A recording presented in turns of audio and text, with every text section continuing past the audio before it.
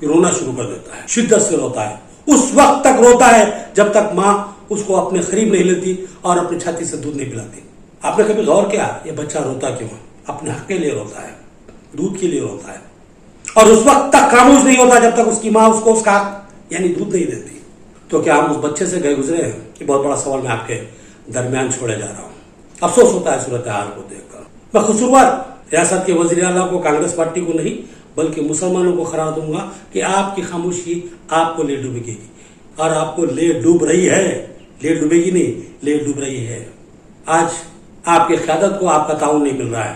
اگر کوئی آگے بڑھتا ہے تو تیزی سے اس کی ٹانگ کھینچ لی جاتی ہے. کوشش کیجئے, کوئی اگر سمجھدار, ایماندار اور قابل اہل قائد آپ کو نظر آتا ہے تو اس کی بھرپور تائید کیجئے, اس کو آگے بڑھائیے, اس کا شانہ بچانا کھڑے ہو جائیے, اس کی آواز میں آواز ملائیے. پھر دیکھیے کوئی آپ کی طرف نظر اٹھا کے دیکھنے کی ہمت کر پاتا ہے. مجھے خوشی ہوتی ہے اپنے کمیونسٹ بھائیوں کو دیکھ کر, جو بھی مطالبہ ہوتا ہے 10 سے 15 جو بھی ہے جھنڈے لے کے نکل جاتے ہیں. اور کئی ایسی باتیں ہیں, ایسے معاملات ہیں, ایسے مسائل کو انہوں نے لے کر اٹھا تھا اور اس کو حل کروایا تھا. 10-15 کی تعداد, اور اب ہزاروں میں آپ کے مسائل حل نہیں ہوتے. تو اس کی وجہ ہے کہ آپ کے پاس آپ آواز اٹھانے کی ہمت نہیں ہے. ایک چیز میں بتانا چاہتا ہوں یہاں پر, حالانکہ مکمل نہیں ہے لیکن اب اس کے ساتھ میں جوڑنا چاہتا ہوں بات. آپ کو گزشتہ 10 سالوں سے, یہ 11واں سال چل رہا ہے, اس بات کی کوشش کی جا رہی ہے ذہنی مریض بنایا جائے, ذہن میں خوف و دہشت بٹھا دی جائے. آپ کے اندر سے احتجاج کا جو جذبہ ہے, جدوجہد کا جو جذبہ ہے, اس جذبے کو ختم کر دیا جائے. یہ کوشش کی جا رہی تھی. آپ کہیں گے کس طرح؟ آپ کی موب لنچنگ کی گئی, خالی نہیں ہوئی, تنا نہتے لوگوں کو پکڑ لیے, مار دیے, نوجوان بچوں کا جو غلغلہ تھا کر دیے. ایسا نہیں ہے, منظم سازش. اس کے اوپر, اس موب لنچنگ کے اوپر آپ کا رد عمل کیا ہوتا ہے یہ دیکھنا چاہ رہے تھے, اور آپ نے ان کی توقع کے مطابق رد عمل دیا. خاموش تماشا ہی بنے رہے, کیونکہ گھر آگ جو آپ کے گھر کو نہیں پڑوسی کے گھر کو لگی تھی. لیکن آپ شاید نہیں جانتے کہ وہ آگ آپ کے گھر تک بھی پہنچنے والی ہے. اس بات کو سمجھنے کی ضرورت ہے. آپ کے گھروں پہ بلڈوزر چلائے گئے. آپ سوچ رہے ہوں گے یو پی میں چلے, بہار میں چلے, فلاں جگہ چلے. نہیں, وہ بلڈوزر آپ کے, اگر آپ خاموش رہیں گے تو آپ کے گھر تک بھی آئے گا. بر وقت آواز اٹھانا وقت کا اہم ترین تقاضا ہے. حالیہ عرصے میں کچھ دن قبل, مہینہ بھی نہیں ہوا, مدھیہ پردیش میں 7 مقامات پر بلڈوزر چلا, لیکن ہم سناٹے میں ہیں, بےحس خاموش. بیچ میں مولانا توقیر رضا نے کچھ اپنے رد عمل کا اظہار کیا تھا, اس کے بعد سناٹا چھا گیا تھا. تھوڑے دن کے اندر رک گئے تھے, حوصلے ذرا ڈگمگا گئے تھے ان کے. ریاست کے ماحول کو بھی خراب کرنے کی مسلسل کوشش کی جا رہی ہے.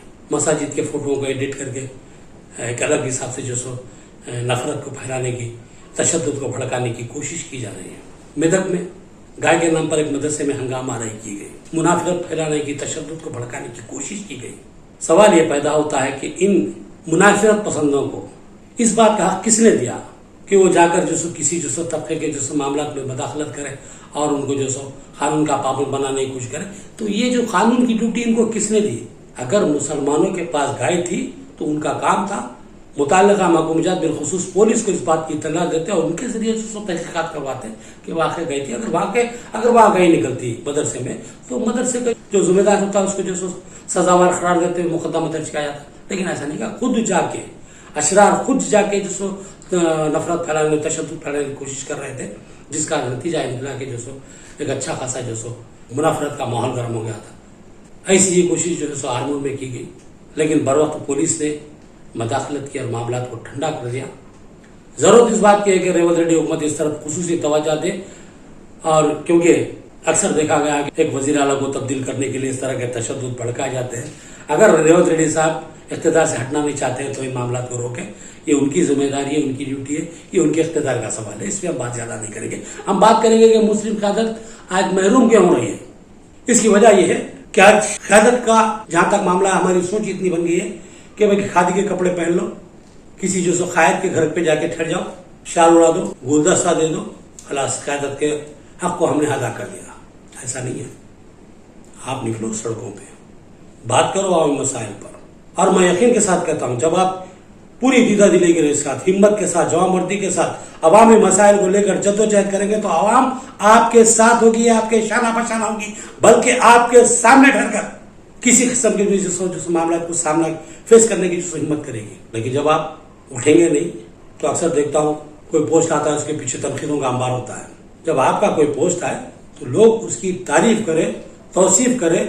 اگر ایسا بننا چاہتے تو پھر ہمت جٹانا ہوگا، قیادت سے ٹکرانا ہوگا، حقوق کو منوانا ہوگا، تبھی ہم کچھ لے پائیں گے، کچھ منوا پائیں گے. ورنہ پھر یہ جو دور گزر رہے ہیں جس سے ہم، اس سے بدترین دور آگے آنے والا ہے. کیونکہ یہاں دیکھا جا رہا ہے کہ کچھ ہلچل ہوتی ہے نہیں ہوتی ہے. کیا یہ لوگ خاموش رہتے ہیں؟ نہیں.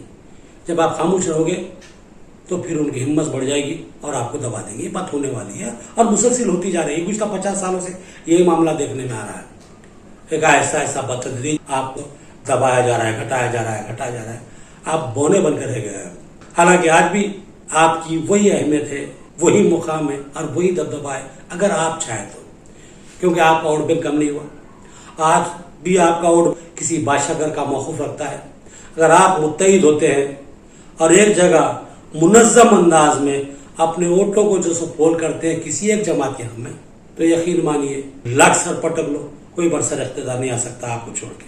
شرط ایک ہے، ایک ہو جاؤ تو بن جاؤ گے خورشید و مبین، ورنہ بکھرے ہوئے تاروں سے کیا بات بنے گی.